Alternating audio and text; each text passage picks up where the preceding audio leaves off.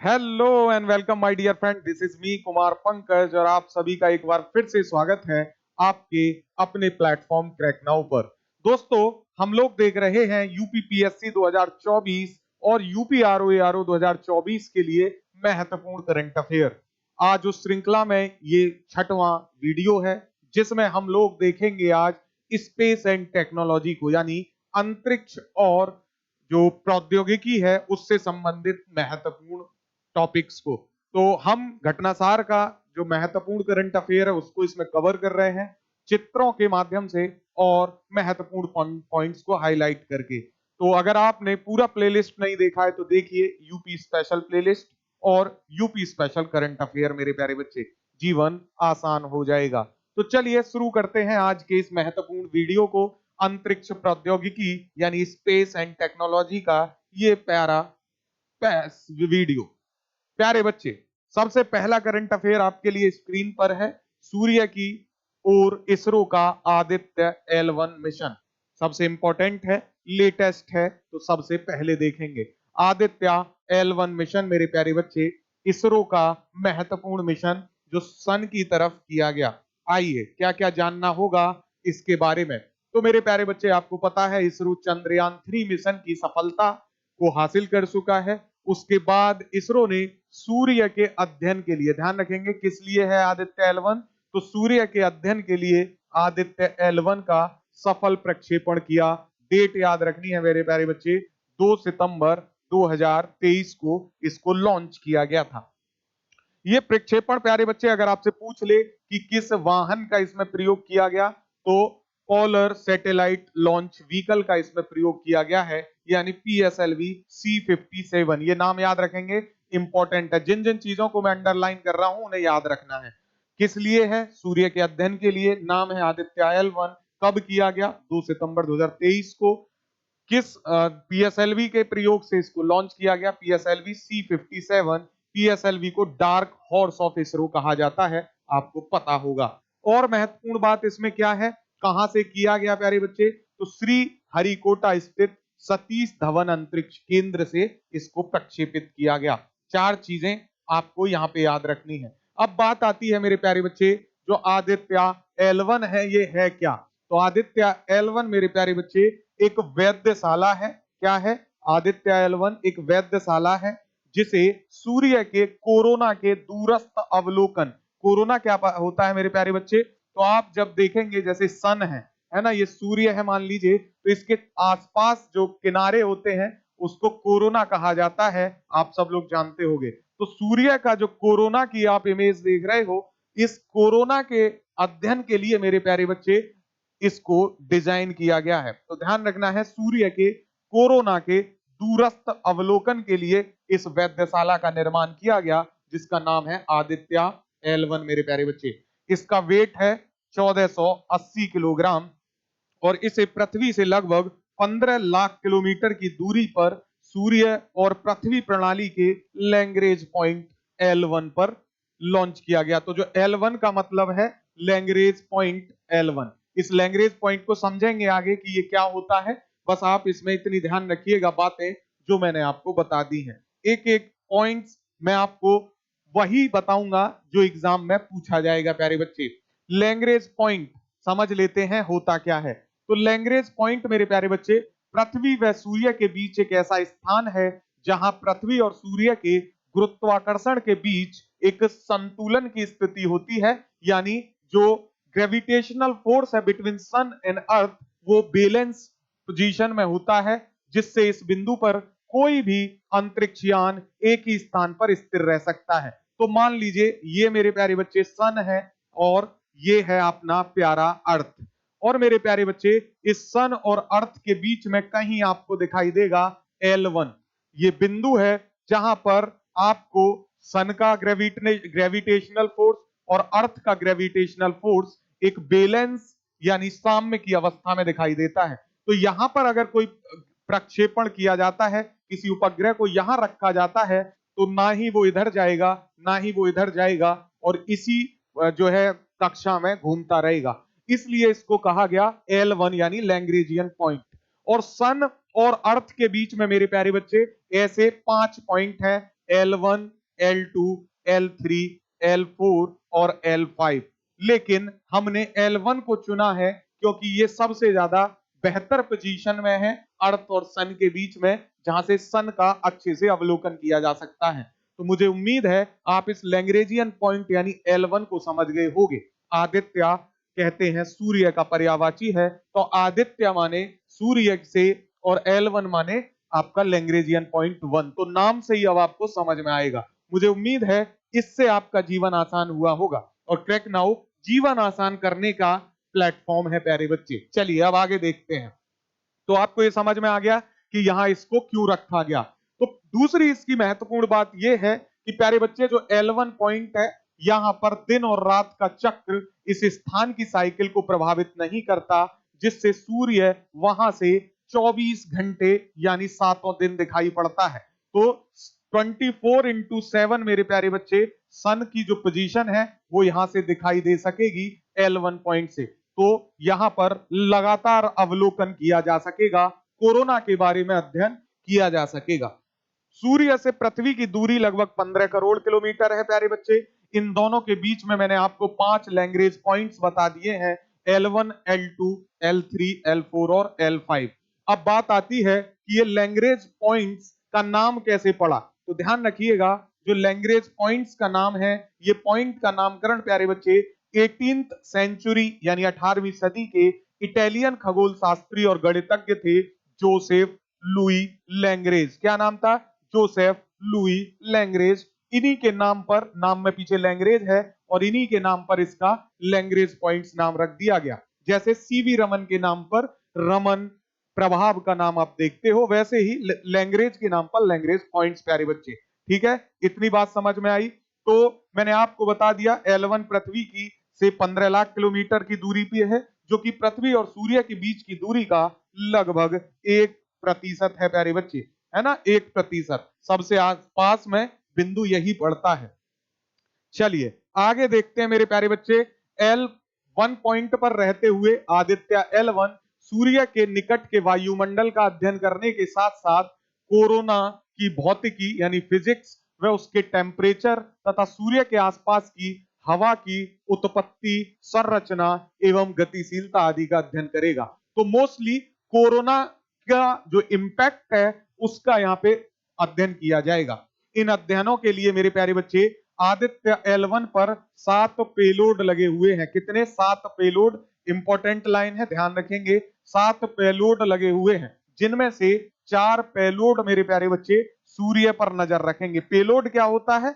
जो इसके साथ अन्य यंत्र भेजे गए हैं उनको पेलोड कहते हैं। तो 4 पेलोड सूर्य पे नजर रखेंगे और शेष 3 पेलोड मेरे प्यारे बच्चे L1 पॉइंट के आसपास का अध्ययन करेंगे। तो 4 तो फोकस करेंगे सन पर, 3 L1 पॉइंट के आसपास की चीजों को अवलोकित करेंगे।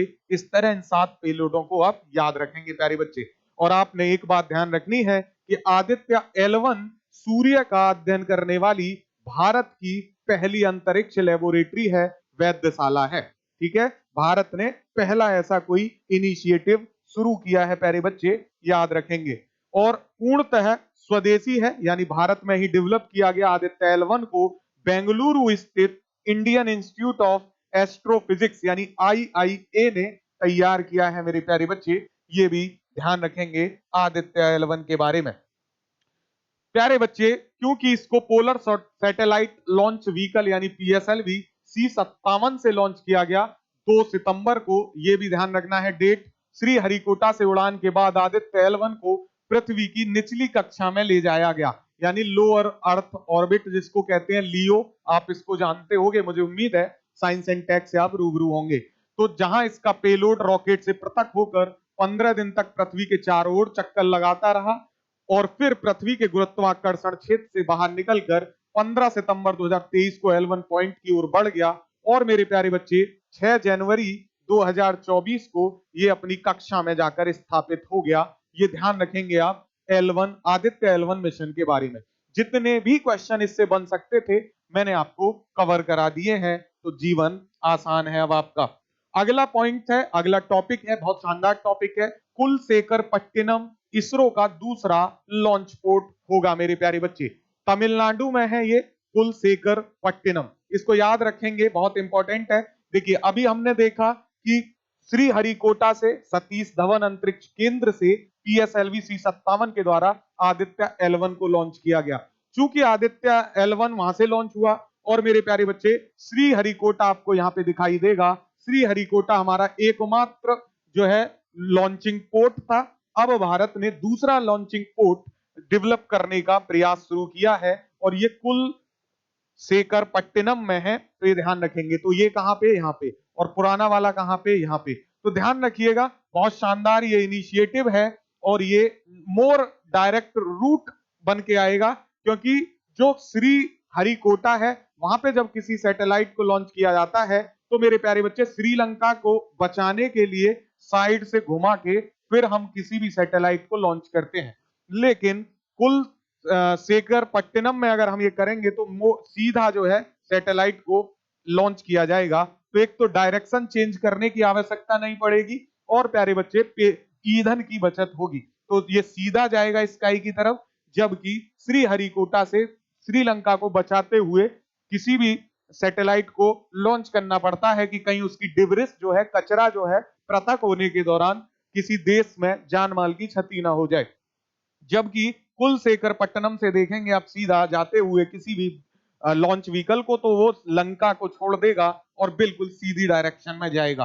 तो इसलिए कुलशेखरपट्टनम में इसरो अपना दूसरा लॉन्च पोर्ट डेवलप कर रहा है। इसलिए मैंने आपको इमेज के माध्यम से चीजों को समझाने का प्रयास किया कि इसका लॉजिक क्या है। प्यारे बच्चे, इसरो के बारे में आप जानते हो, इंडियन स्पेस रिसर्च ऑर्गेनाइजेशन इसकी फुल फॉर्म है, यानी भारतीय अंतरिक्ष अनुसंधान संगठन। प्यारे बच्चे, तमिलनाडु के थूथुकुडी जिले में है ना, कौन सा जिला है, तो स्टेट आपका हो गया तमिलनाडु, राज्य है तमिलनाडु, इसका जिला है थूथुकुडी और यहां पर पड़ता है कुलशेखरपट्टिनम। यहां पे दूसरा स्पेस पोर्ट स्थापित कर रहा है इसरो। इसरो का दूसरा स्पेस पोर्ट विशेष रूप से निजी क्षेत्र द्वारा विकसित छोटे उपग्रह प्रक्षेपण वाहनों के लिए समर्पित होगा। मेरे प्यारे बच्चे, छोटे यानी स्मॉल सैटेलाइट लॉन्च व्हीकल। हमारे पास इस समय SSLV है, small satellite launch vehicle, PSLV है, पोलर सैटेलाइट लॉन्च व्हीकल, जिसको आदित्य L1 में यूज किया गया। और मेरे प्यारे बच्चे, एक GSLV भी होता है, जिसके माध्यम से आपने गगनयान या चंद्रयान को सुना होगा।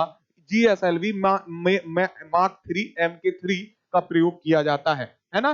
जियो स्टेशनरी सैटेलाइट लॉन्च व्हीकल इसको कहते हैं। चलिए, तो 3 मैंने आपको बताए और ये जो डेवलप किया जाएगा थूथुकुडी कुलशेखरपट्टिनम में, ये स्मॉल सैटेलाइट लॉन्च व्हीकल यानी छोटे उपग्रह प्रक्षेपण वाहनों के लिए समर्पित होगा। प्यारे बच्चे, और जो SSLV होता है यानी जो स्मॉल सैटेलाइट लॉन्च व्हीकल होते हैं, ये 3 स्टेज में प्रक्षेपण यान होता है, 3 चरणीय होता है, जो 500 किलोमीटर की कक्षा में लगभग 500 किलोग्राम के उपग्रहों को लॉन्च करने में सक्षम है। क्योंकि 500 किलोग्राम वेट कम होता है, अगर ज्यादा हैवी कोई चीज ले जानी होगी तो PSLV, और उससे भी ज्यादा हैवी पेलोड ले जाना होगा तो GSLV का प्रयोग किया जाता है। चरण बढ़ते जाते हैं, 3 की जगह 4 हो जाते हैं और मेरे प्यारे बच्चे, ईंधन की खपत भी ज्यादा होती है, इसलिए जो छोटे लॉन्च होते हैं वो SSLV के द्वारा किए जाते हैं। इस परियोजना के लिए लगभग 2000 एकड़ जमीन मेरे प्यारे बच्चे इसरो को सौंप दी जा चुकी है। तो ध्यान रखिएगा, कुलशेखरपट्टिनम ये बहुत महत्वपूर्ण रहने वाला है आपके लिए। तमिलनाडु के थूथुकुडी जिले में है ये, और इसके बारे में याद रखिएगा, जो कुलशेखरपट्टिनम है ये 1st सेंचुरी ईसा पूर्व का एक प्राचीन बंदरगाह था। प्यारे बच्चे, और ये कोल्लम, चेरन और पांडियन बंदरगाहों के समकालीन था। क्या? कुलशेखरपट्टिनम, ठीक है, एक पोर्ट है बहुत प्राचीन समय में। वर्तमान में इसरो के पास एक अंतरिक्ष स्टेशन है जिसका नाम है श्रीहरिकोटा।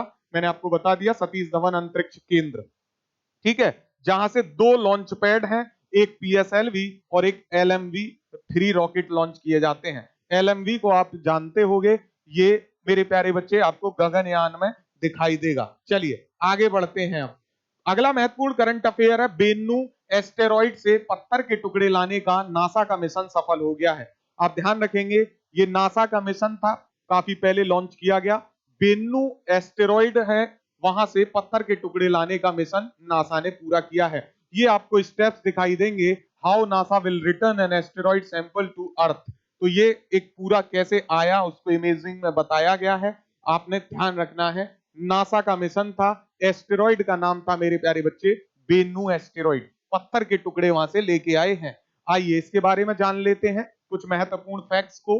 तो प्यारे बच्चे बेनू एस्टेरॉइड के बारे में ध्यान रखिएगा, पृथ्वी से लगभग 8.23 करोड़ किलोमीटर दूरी पर स्थित है ये क्षुद्र ग्रह, जिसका नाम है बेनू एस्टेरॉइड। यहां से चट्टान पत्थरों के टुकड़ों के सैंपल लाने के लिए अमेरिकी अंतरिक्ष एजेंसी नासा, जिसकी फुल फॉर्म है national aeronautics and space administration, जिस तरह इसरो है इंडिया की, इंडियन स्पेस रिसर्च ऑर्गेनाइजेशन, वैसे ही नासा की है national aeronautics and space administration. इसके द्वारा मेरे प्यारे बच्चे 7 वर्ष पूर्व भेजा गया था ये मिशन, जिसका नाम था ओसिरिस आई आर एक्स। क्या नाम है? ओरिसिस REX। ये ध्यान रखेंगे, ये चीज इसमें महत्वपूर्ण है, नाम पूछ सकता है आपसे इस मिशन का, तो नाम याद रखेंगे ओसिरिस REX। ठीक है, ओसिरिस REX यान अपने मिशन की सफलता के पश्चात 24 सितंबर 2023 को पृथ्वी पर वापस लौट आया। मेरे प्यारे बच्चे इस एस्टेरॉइड की चट्टान से क्या लाभ होने वाले हैं? तो इसके अध्ययन से सौरमंडल व पृथ्वी की उत्पत्ति के बारे में जानकारियों के प्रयास किए जाएंगे वैज्ञानिकों के द्वारा। और वैज्ञानिक ऐसा मानते हैं कि ये जो बेन्नू व अन्य क्षुद्र ग्रह हैं, ये 4.5 अरब वर्ष पूर्व सौरमंडल की शुरुआत में ही बने थे। और ये क्षुद्र ग्रह ग्रहों के बनने के बाद बचे हुए पदार्थ होते हैं, ये आप ज्योग्राफी में पढ़ चुके होंगे प्यारे बच्चे। तो 7 वर्ष के इस मिशन के लिए ओसिरिस रेक्स को 8 सितंबर 2016 को एटलस V411 रॉकेट से कैप कैनिवल से रवाना किया गया था। मोस्टली जितने भी नासा के मिशन लॉन्च होते हैं वो केप कैनवेल से होते हैं, जैसे हमारे यहाँ सतीश धवन अंतरिक्ष केंद्र से अब तक होते आए हैं। और 2 वर्ष तक बेन्नू की इस सतह का अवलोकन इस यान ने किया, और उसके पश्चात अक्टूबर 2020 में इसने इस सतह के सैंपल एकत्रित किए और सैंपल लेकर ओसिरिस रेक्स, ये नाम याद रखना है, ये यान का नाम है, जैसे हमारे यहाँ PSLV है ऐसे यहाँ ओसिरिस रेक्स है। इसने पृथ्वी के लिए वापसी की अपनी यात्रा 2021 में शुरू की प्यारे बच्चे। तो 620 करोड़ किमी की यात्रा पूरी करके ये पृथ्वी से 1 लाख किलोमीटर की दूरी पर इसने बेनू के सैंपल से भरे कैप्सूल को खुद से अलग किया तथा 24 सितंबर 2023 को इस कैप्सूल को पैरासूट के द्वारा सॉल्ट लेक सिटी के पश्चिम में उटाहा रेगिस्तान में सफलतापूर्वक उतारा गया। अब आप एक बात और याद रखिएगा प्यारे बच्चे, उटाहा डेजर्ट आपसे पूछ सकता है अब, क्योंकि ये चर्चा में रहा है और ज्योग्राफी से क्वेश्चन बनते हैं। यूपीपीएससी में आपको नए नए जो है कुछ ऐसे आइलैंड जो चर्चा में रहते हैं और डेजर्ट से क्वेश्चन पूछता है, तो ध्यान रखिएगा उटाहा रेगिस्तान अगर आपसे पूछ ले तो अब आपको ये याद होना चाहिए। और मेरे प्यारे बच्चे आपने ये कैसे उतारा गया ये मैं आपको पहले एक बार दिखा चुका हूं। तो ये यहाँ पे डेजर्ट में आपको उतरता हुआ कैप्सूल दिखाई देगा, इस तरीके से सॉल्ट लेक में इसको उतारा गया। तो अब मैं आपको ये दिखाने का प्रयास क्यों कर रहा हूं, क्योंकि आपको ये भी ध्यान रखना है कि क्वेश्चन आजकल जो करंट से आते हैं हॉरिजॉन्टल और वर्टिकल दोनों आते हैं। मैं जब भी करंट पढ़ाता हूं ये बात कहता हूं कि अगर कोई चीज आपको नई सुनने मिल रही है तो उसको तुरंत देख लीजिए मैप पे भी, तो उटाहा रेगिस्तान को देख लीजिएगा, क्या पता पूछ ही ले, और पूछ लेगा तो फिर आप कर दोगे। तो प्यारे बच्चे ओसिरिस रेक्स मिशन किसी एस्टेरॉइड की सतह से पत्थर के टुकड़े लाने का अमेरिका का पहला मिशन है, और इससे पहले जापान कर चुका है। जापान की एजेंसी का क्या नाम है? जाक्सा। तो जाक्सा ने हायाबुसा 1 के द्वारा पृथ्वी के एक निकट के एस्टेरॉइड ईटोकावा से 1 मिलीग्राम से भी कम सैंपल लाने में सफलता 2010 में हासिल की थी। अमेरिका ने काफी दूर से ऐसा करने का प्रयास किया। चलिए नेक्स्ट क्वेश्चन देखते हैं। भारत का पहला एक्सरे पोलारीमीटर सैटेलाइट, ये काफी चर्चा में रहा है, इसको देख लेते हैं मेरे प्यारे बच्चे। एक्सरे पोलारीमीटर सैटेलाइट भारत का पहला है, और भारत का पहला, विश्व का पहला या किसी राज्य का पहला जब आ जाए तो क्वेश्चन इंपॉर्टेंट हो जाता है। भारत का पहला एक्सरे पोलारीमीटर सैटेलाइट मेरे प्यारे बच्चे, इसके बारे में ध्यान रखेंगे, इसका नाम है एक्सपोसैट। क्या नाम है? एक्सपोसैट मेरे प्यारे बच्चे। ये श्रीहरिकोटा के सतीश धवन अंतरिक्ष केंद्र से पोलर सैटेलाइट लॉन्च व्हीकल यानी PSLV के द्वारा 28 दिसंबर 2023 को लॉन्च किया जाएगा, मतलब कर दिया गया है। इसका उद्देश्य क्या है? तीव्र एक्सरे स्रोतों के ध्रुवीकरण की जांच करना। ध्यान रखेंगे, तीव्र जो एक्सरे रेज होती हैं उसके पोलराइजेशन की जांच करना इसका मुख्य उद्देश्य था। ये मुख्य रूप से इमेजिंग, टाइम डोमेन अध्ययन और स्पेक्ट्रोस्कोपी पर केंद्रित है। आगामी एक्सपोसेट मिशन इनमें एक प्रमुख मूल्यवर्धन का प्रतीक है। ध्यान रखेंगे प्यारे बच्चे, इंपॉर्टेंट है। और ये एक्सपोसेट जो है, जो अंतरिक्ष यान को पृथ्वी की निचली कक्षा से अवलोकन के लिए नामित किया गया। ध्यान रखने भारत का पहला एक्सपोसेट के बारे में। इसमें 2 पेलोड हैं मैं प्यारे बच्चे, या इसमें 2 पेलोड यानी 2 यंत्र भेजे गए हैं। वो पेलोड का नाम क्या क्या है? एक है पोलिक्स, ये नाम याद रखेंगे, इंपॉर्टेंट हो सकता है। दूसरा नाम है एक्सपेक्ट, ठीक है, एक्सपेक्ट, इसको भी याद रखेंगे। तो पोलिक्स क्या है प्यारे बच्चे? Polarimeter instrument in x-ray. और एक्सपेक्ट का क्या नाम है? X-ray spectroscopy and timing. तो मैंने आपको पीछे क्या बताया प्यारे बच्चे? इसका उद्देश्य क्या है?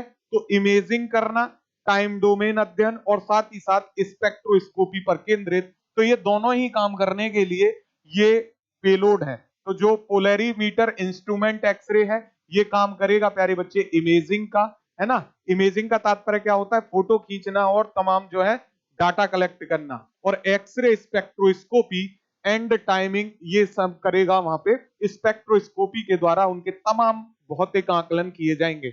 इसरो के एस्ट्रोसैट ने मेरे प्यारे बच्चे 600 से अधिक गामा किरण विस्फोट की खोज की है।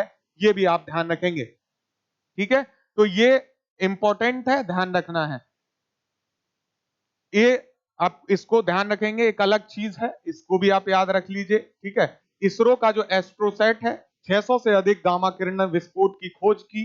भारतीय अंतरिक्ष अनुसंधान संगठन की एस्ट्रोसैट अंतरिक्ष दूरबीन ने 2015 में चालू होने के बाद से 600 से अधिक गामा किरणें का पता लगाया है। आप समझ पा रहे हो, जो ऊपर वाला है ये अलग करंट अफेयर है, ये 2 करंट अफेयर एक में मिक्स हो गए हैं, तो उसको आप अलग याद रखिएगा, नीचे वाले को अलग याद रख लीजिएगा, है ना। 2 करंट अफेयर हैं। तो जो मैंने आपको पहला करंट अफेयर यहाँ पे बताया प्यारे बच्चे, भारत का पहला एक्सरे पोलारीमीटर सैटेलाइट, इसको अलग याद रखिए, इसके बारे में हो चुका है, बता चुका हूं मैं सब।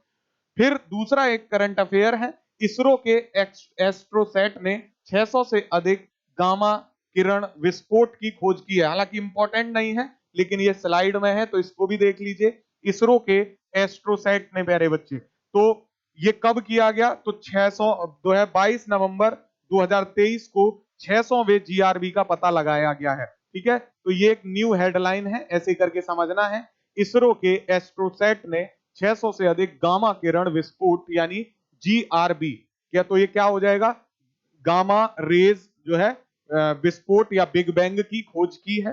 भारतीय अंतरिक्ष अनुसंधान संगठन यानी इसरो की एस्ट्रोसैट अंतरिक्ष दूरबीन है, जो 2015 में चालू होने के बाद से लगातार गामा किरण विस्फोट की खोज कर रही है। इसमें प्यारे बच्चे 600 से अधिक गामा किरण विस्फोटों का पता लगाया है। और जो 600वां विस्फोट था ये 22 नवंबर 2023 को रिकॉर्ड किया गया। ध्यान रखेंगे प्यारे बच्चे। और जो ये एस्ट्रोसैट है ये 2015 में लॉन्च किया गया था। तो आपसे एस्ट्रोसैट के बारे में पूछ सकता है, तो 3 चीजें याद रखनी है।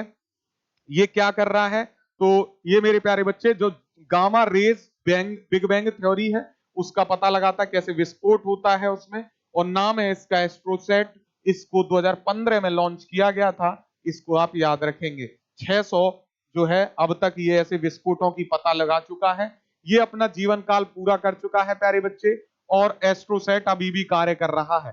एस्ट्रोसैट भारत के द्वारा प्रक्षेपित पहली समर्पित बहुतरंगदैर्ध्य अंतरिक्ष वेधशाला है।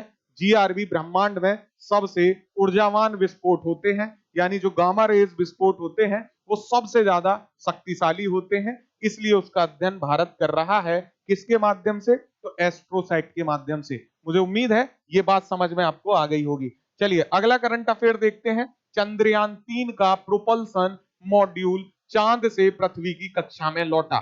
चंद्रयान 3 का प्रोपल्सन मॉड्यूल चांद से पृथ्वी की कक्षा में लौटा है प्यारे बच्चे। तो इसको देख लेते हैं, चंद्रयान, ठीक है। चलिए आइए क्या क्या कह रहा है इसमें। तो मेरी प्यारे बच्चे, चांद की कक्षा में चक्कर लगा रहे चंद्रयान 3 के प्रोपल्सन मॉड्यूल पीएम को पृथ्वी की कक्षा में वापस लाकर भारतीय अंतरिक्ष अनुसंधान संगठन इसरो ने एक और बड़ी उपलब्धि प्राप्त की है, ठीक है।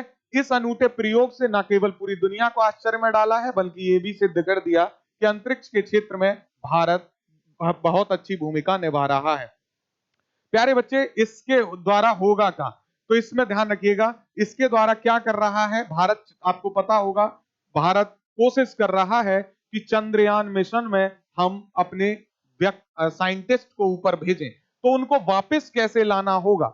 अगर ऊपर भेज दिया है तो उनको वापस लाना होगा, तो उसी के लिए जो है प्रयास चल रहे हैं।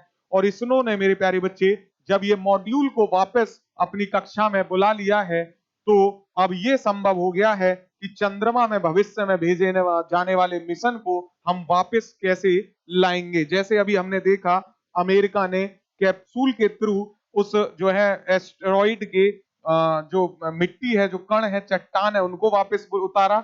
ऐसे ही भारत भी ये करने की क्षमता डेवलप कर रहा है प्यारे बच्चे। तो चंद्रयान 3 के पीएम यानी प्रोपल्सन मॉड्यूल का मुख्य लक्ष्य लैंडर व रोवर को पृथ्वी के करीब 36,000 किलोमीटर ऊंचाई पर स्थित जियो स्टेशनरी ट्रांसफर ऑर्बिट, जैसे मेरे प्यारे बच्चे लोअर अर्थ ऑर्बिट होता है, वैसे ही आपको पता होगा जियो स्टेशनरी ट्रांसफर ऑर्बिट भी होता है, जिसको कहते हैं मेरे प्यारे बच्चे जीटीओ। क्या कहते हैं? जीटीओ। ठीक है, तो जियो स्टेशनरी ट्रांसफर ऑर्बिट से चंद्रमा की अंतरिक्ष ध्रुवीकरणीय वृत्ताकार कक्षा का पता लगाने का प्रयास कर रहा है। चलिए, इसमें है क्या वो ध्यान रख लीजिएगा। तो इसमें लगा हुआ है स्पेक्ट्रो पोलैरीमीटर हैबिटेटल प्लेनेट अर्थ, जिसका नाम है शेप। तो इसमें एक उपकरण है प्यारे बच्चे जिसका नाम है शेप, और शेप की फुल फॉर्म क्या है?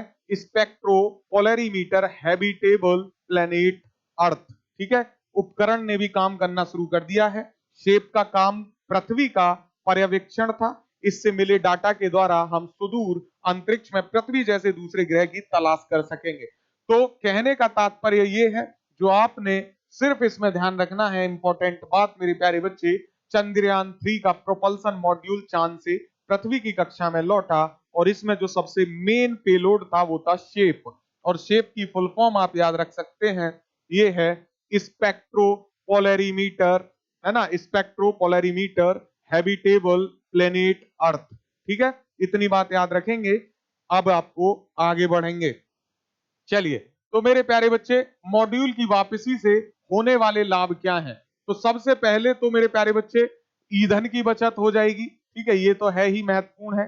बचे ईंधन से जो है प्रोपल्सन मॉड्यूल को वापस पृथ्वी में लाया जाएगा, और इससे ईंधन की बचत भी होगी। साथ ही साथ इस सफलता से चंद्र मिशन की वापसी की योजना बनाने और उसे लागू करने में मदद मिलेगी, क्योंकि अगर हम वापसी करना सीख गए तो फिर ये चंद्र मिशन में हमारे लिए महत्वपूर्ण हो सकता है मेरे प्यारे बच्चे।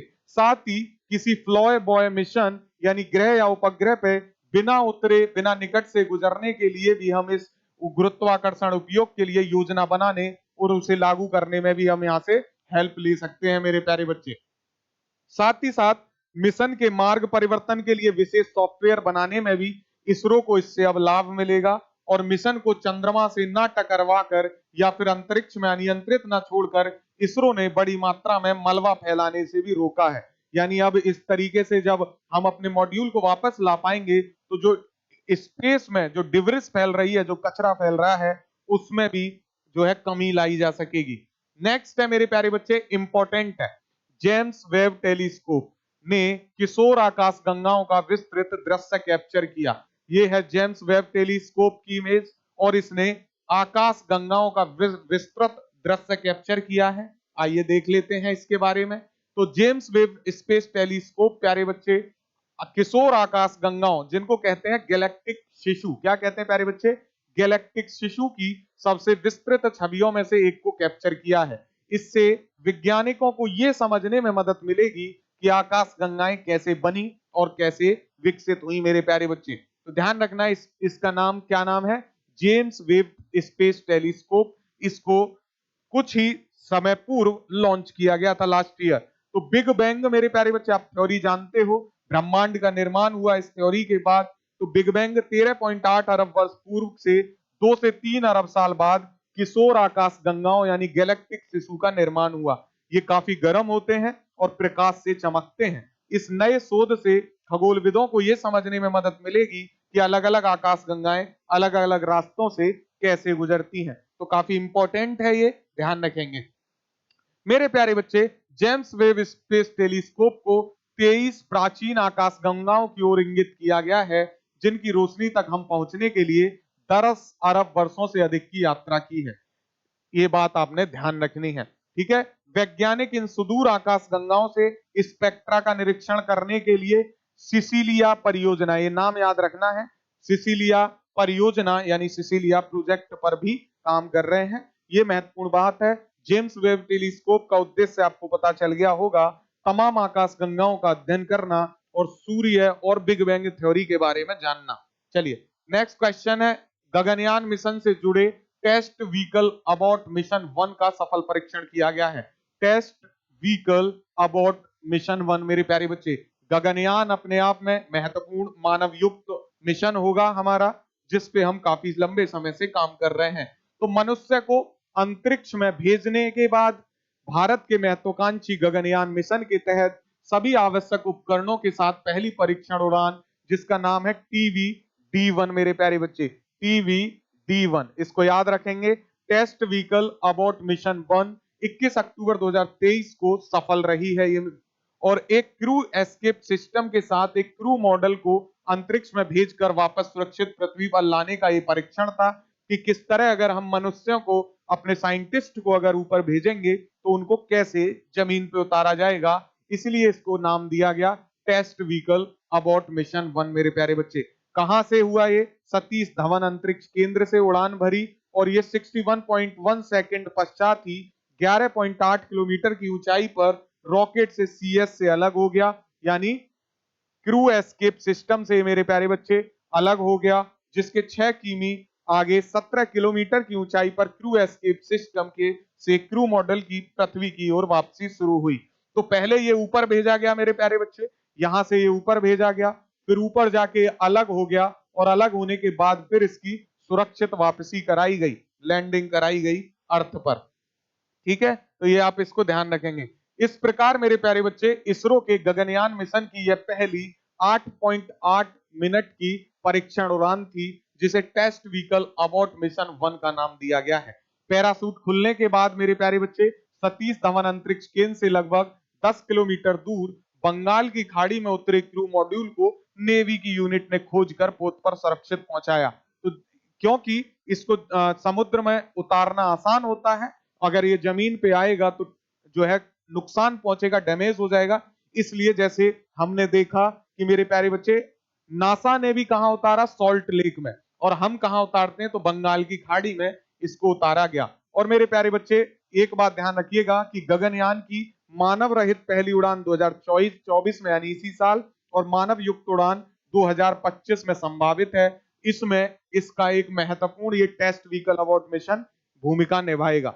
और जो हमारा मानव युक्त उड़ान होगी, उसमें 3 अंतरिक्ष यात्रियों के दल को 400 किलोमीटर की ऊंचाई पर पृथ्वी की कक्षा में भेजा जाना शामिल है। और इसी के लिए ये जो टीवी DD1 हुआ है, जो टेस्ट व्हीकल अबॉट मिशन 1 है, इस पे टीवी D2, टीवी D3 और टीवी D4 परीक्षण उड़ानें संपन्न की जाएंगी। तो इसमें तो हमने क्या किया कि पहले ऊपर भेजा और कैसे उतारना है इसको देखा है। इसी तरीके के अन्य प्रयोग भी समय समय पे किए जाएंगे प्यारे बच्चे। गगन मिशन का एक महत्वपूर्ण पड़ाव भारत ने पार कर लिया, यानी टेस्ट 1 अबॉट मिशन तो हम पार कर चुके हैं, अभी 2 मिशन और किए जाएंगे। तो मेरे प्यारे बच्चे, ये आपने ध्यान रखना है, ये महत्वपूर्ण है। और अब हम आगे बढ़ते हैं, इसमें कुछ जानने जैसा नहीं है। अगला महत्वपूर्ण करंट अफेयर है स्पेस एक्स। स्पेस एक्स, ये नाम याद रखेंगे प्यारे बच्चे, स्पेस एक्स है ना। स्पेस एक्स अपने 29वें मिशन के अंतर्गत 46 स्टारलिंक उपग्रहों को उनकी कक्षा में स्थापित किया। तो स्पेस एक्स आप जानते हो एलोन मस्क की ये कंपनी है, जो अंतरिक्ष उद्योग में काफी महत्वपूर्ण कार्य कर रही है। इसने 46 स्टारलिंक उपग्रहों को भेजा, जिसके माध्यम से ये दूरसंचार के क्षेत्र में बड़ी क्रांति का दावा करते हैं। और आइए इसके बारे में हम जान लेते हैं। तो मेरे प्यारे बच्चे, स्पेस एक्स अपने 29वें मिशन के अंतर्गत जो है अंतरिक्ष कंपनी ने 9 नवंबर 2023 को अंतरराष्ट्रीय अंतरिक्ष स्टेशन यानी ISS इंटरनेशनल स्पेस स्टेशन के लिए एक और कार्गो मिशन CRS-29 ड्रैगन को फॉल्कन 9 रॉकेट के द्वारा लॉन्च किया गया। फॉल्कन 9 रॉकेट काफी हैवी लॉन्च व्हीकल है, इसको भी आप ध्यान रखेंगे। और मेरे प्यारे बच्चे, ये योजना के अनुसार उड़ान भरने के 63 मिनट बाद 46 स्टारलिंक उपग्रह यानी सैटेलाइट को पृथ्वी की निचली कक्षा में यानी लोअर अर्थ ऑर्बिट में, लियो में मेरे प्यारे बच्चे स्थापित किया गया। ड्रैगन स्पेसक्राफ्ट को एलन मस्क की कंपनी स्पेस एक्स ने तैयार किया है। मिशन का उद्देश्य क्या था इसका? तो महत्वपूर्ण अनुसंधान गियर और उपकरणों को आईएसएस तक पहुंचाना, यही काम था इनका कि ये जो जितने भी रिसर्च जो सैटेलाइट हैं उनको इंडियन इंटरनेशनल स्पेस स्टेशन तक पहुंचा दिया जाए। ठीक है, तो ये ध्यान रखेंगे मेरे प्यारे बच्चे, ये इंपॉर्टेंट है। आइए इसके बारे में और जान लेते हैं। तो इस कार्गो मिशन के तहत मेरे प्यारे बच्चे इंटरनेशनल स्पेस स्टेशन में रह रहे अंतरिक्ष यात्रियों के लिए जरूरी सामानों को भेजा गया है। ये मिशन अंतरिक्ष कंपनी का 39वां रोबोटिक मिशन है जिसे स्पेस एक्स ने नासा के लिए लॉन्च किया है। ड्रैगन कैप्सूल इस यात्रा में लगभग 2950 किलोग्राम से अधिक का सामान लेकर गया था। चलिए अगला है रमन 2 रॉकेट इंजन का सफल परीक्षण। भारत के पॉइंट ऑफ व्यू से बहुत महत्वपूर्ण है रमन 2 रॉकेट इंजन का सफल परीक्षण। आइए जानते हैं इसके बारे में। तो मेरे प्यारे बच्चे, इसरो ने हैदराबाद के, कहां पर? हैदराबाद के अंतरिक्ष स्टार्टअप स्काई रूट के रॉकेट इंजन का 21 जुलाई 2023 को सफल परीक्षण किया है। नाम क्या है? रमन 2। ये ध्यान रखेंगे, महत्वपूर्ण है। तमिलनाडु के महेंद्रगिरी स्थित इसरो प्रपल्सन कॉम्प्लेक्स यानी आईपीआरसी में लिक्विड थ्रस्टर टेस्ट फैसिलिटी, ये नाम याद रखना है, एलटीटीएफ कहते हैं इसको, लिक्विड थ्रस्टर टेस्ट फैसिलिटी परीक्षण रेंज में रमन 2 इंजन का प्रयोग किया गया, जिसे स्काई रूट ने 820 न्यूटन समुद्र स्थल और 1460 न्यूटन वैक्यूम बल उत्पन्न करने के लिए डिजाइन किया है। ठीक है, इसका सामान्य चैम्बर दबाव कितना है प्यारे बच्चे? 8.5 बार एब्सोल्यूट है। इंजन में मोनोमिथाइल हाइड्रोजन और नाइट्रोजन टेट्रोक्साइड का प्रणोदक के रूप में उपयोग किया गया। तो रमन 2 रॉकेट इंजन काफी महत्वपूर्ण रहने वाला है, इसका काफी उपयोग आगे चल के किया जाएगा मेरे प्यारे बच्चे। और 10 सेकंड अवधि का यह परीक्षण काफी महत्वपूर्ण भारत के लिए हुआ है। इसका प्रयोग मेरे प्यारे बच्चे स्काई रूट रमन 2 इंजन को अपने प्रक्षेपण यान विक्रम 1 के चौथे चरण में एकीकृत करना चाहता है। ध्यान रखेंगे, इसके बहुत सारे प्रयोग होने वाले हैं भविष्य में मेरे प्यारे बच्चे। इस रॉकेट इंजन को आप काफी सारे जो है सैटेलाइट में, मिसाइल्स में यूज होते हुए देखोगे। तो रमन को याद रखिएगा, महत्वपूर्ण है मेरे प्यारे बच्चे। और ये जो रॉकेट रमन 1 है मेरे प्यारे बच्चे, ये 23D printed rocket engine Raman का उन्नत संस्करण है। भारतीय निजी अंतरिक्ष वाहन कंपनी है स्काई रूट एरोस्पेस ने रमन 1 इंजन का नाम नोबेल पुरस्कार विजेता सीवी रमन के नाम पर रखा है। ये जो प्रक्षेपण यान है, अर्थात जो रमन रॉकेट 1 आप देख रहे हो, रॉकेट का इंजन है, ये प्रोपेलेंट अर्थात ईंधन के रूप में तरल ऑक्सीजन और तरल हाइड्रोजन का उपयोग करता है। और चूंकि इसकी क्षमता बहुत ज्यादा है, तो ये आने वाले समय में हमारी काफी जो है अच्छी भूमिका निभाएगा, ये ध्यान रखिएगा। भारत में मेरे प्यारे बच्चे जीएसएलवी और जीएसएलवी मैक 3 रॉकेट में इस इंजन का उपयोग होता है, आप समझ रहे हो। तो जीएसएलवी यानी जो हमारी सबसे हैवी सैटेलाइट लॉन्च व्हीकल है, उसमें इस इंजन का प्रयोग किया जाएगा। रमन 1 और 2 इंजन का किसी निजी कंपनी द्वारा इसरो के लिक्विड प्रोपल्सन सिस्टम सेंटर में किया गया ये पहला परीक्षण है। और नवंबर 2022 में स्काई रूट एरोस्पेस ने भारत का पहला निजी रूप से विकसित रॉकेट विक्रम एस का सफल परीक्षण किया था। ये मेरे प्यारे बच्चे ना केवल स्पेस के लिए अपितु हमारी और दूसरी क्षमताओं के लिए भी, मिसाइल के लिए मेरे प्यारे बच्चे, या फिर अन्य हथियार बनाने के लिए भी इस इंजन का बहुत प्रयोग किया जाएगा। कहा जाता है सिर्फ स्पेस के लिए, बट इससे ये भी मैसेज जाता है दूसरे देशों को कि हमारी क्षमता अब बड़े बड़े भारी हथियार और इंजन बनाने में भी है। तो ध्यान रखिएगा, ये बहुत महत्वपूर्ण है, यहां से क्वेश्चन बन सकता है। अगला महत्वपूर्ण करंट अफेयर है, दुनिया के सबसे बड़े वाणिज्यिक संचार उपग्रह जुपिटर 3 का सफल प्रक्षेपण। मेरे प्यारे बच्चे, दुनिया का सबसे बड़ा है, यानी इंपॉर्टेंट है ये क्वेश्चन, ध्यान रखेंगे। वाणिज्यिक यानी कमर्शियल टेलीकम्युनिकेशन सैटेलाइट है, नाम है जुपिटर 3। आप देख लीजिए इसके बारे में, महत्वपूर्ण होने वाला है ये, है ना। आइए चलिए पढ़ते हैं इसके बारे में कुछ इंपॉर्टेंट चीजें। तो दुनिया का सबसे बड़ा वाणिज्यिक मेरे प्यारे बच्चे संचार उपग्रह है जुपिटर 3, इसका सफल प्रक्षेपण किया गया। एलोन मस्क की अंतरिक्ष एक्सप्लोरेशन कंपनी है स्पेस एक्स, मैंने अभी पीछे बताया आपको। इसने 28 जुलाई 2023 को दुनिया का सबसे बड़ा कमर्शियल टेलीकम्युनिकेशन उपग्रह जुपिटर 3 को लॉन्च किया है। किसने किया ये पूछ सकता है, तो एलोन मस्क की कंपनी है स्पेस एक्स, उसने किया। और ये स्पेस एक्स के फॉल्कन के लॉन्च कॉम्प्लेक्स हैवी रॉकेट ने फ्लोरिडा में नासा के कैनेडी स्पेस सेंटर 2039 ए से मैक्सर टेक्नोलॉजी के द्वारा यह निर्मित है। अब तक का सबसे बड़ा उपग्रह जुपिटर 3 है, ध्यान रखेंगे। नवंबर 2022 में मेरे प्यारे बच्चे नासा के आर्टेमिस चंद्रमा स्पेस लॉन्च सिस्टम रॉकेट के बाद फॉल्कन हैवी वर्तमान में उड़ने वाला दूसरा सबसे शक्तिशाली रॉकेट है। तो काफी हैवी है फॉल्कन, मैंने पहले भी बताया आपको। आर्टेमिस सबसे हैवी था जिसको इसरो नासा ने लॉन्च किया था, और उसके बाद सबसे हैवी ये था फाल्कन। और नाम याद रखिएगा, सबसे बड़े वाणिज्यिक संचार उपग्रह का नाम मेरे प्यारे बच्चे जुपिटर 3 है। जुपिटर 3 जिसे इको स्टार 25 भी कहा जाता है, एक इको स्टार कंपनी ह्यूजोस का एक उपग्रह है, ये भी ध्यान रखेंगे। अगली पीढ़ी के प्यारे बच्चे अल्ट्रा हाई डेंसिटी सैटेलाइट के रूप में इसे उत्तर और दक्षिण अमेरिका में ग्राहकों को गीगाबाइट कनेक्टिविटी प्रदान करने के लिए डिजाइन किया गया है। यानी जिन लोगों को गीगाबाइट में डेटा चाहिए होगा वो लोग इसका प्रयोग कर पाएंगे मेरे प्यारे बच्चे, ठीक है। तो डेटा बहुत स्पीड से ये देंगे। ये उपग्रह पहले से ही कक्षा में स्थापित यूजोस जुपिटर उपग्रह फ्लीट में अन्य उपग्रहों में शामिल हो गया है। जुपिटर 3 एक अति उच्च घनत्व वाला उपग्रह है। इसकी क्षमता 500 गीगावाट प्रति सेकंड यानी 500 जीबीपीएस है ना, कितनी स्पीड होगी 500, ओके ये 50 हो गया, 500 जीबी पर पीएस प्रति सेकंड में इतनी स्पीड देगा। जुपिटर 3 3 मीटर लंबा 5 मीटर चौड़ा प्रभावशाली आयाम वाला विशाल उपग्रह है। इसका वजन कितना है 2948 किलोग्राम। तो आप समझ पाओगे कितना हैवी है मेरे प्यारे बच्चे। तो ये था स्पेस एंड टेक्नोलॉजी से महत्वपूर्ण करंट अफेयर, और इससे अगला करंट अफेयर मेरे प्यारे बच्चे हम कल की वीडियो में देखेंगे। आपको ये करंट अफेयर पसंद आया हो तो वीडियो को शेयर करिए अपने सभी दोस्तों के साथ, ताकि हम भी आगे बढ़ पाए प्यारे बच्चे। छोटे चैनल तब बड़े होते हैं जब अपनों का सहयोग मिलता है, और हमारे अपने आप हैं प्यारे बच्चे। तो प्लीज शेयर सब्सक्राइब करते रहिए ताकि जीवन हमारा भी आसान हो जाए। और अगर वीडियो पसंद आई है तो लाइक जरूर करिएगा।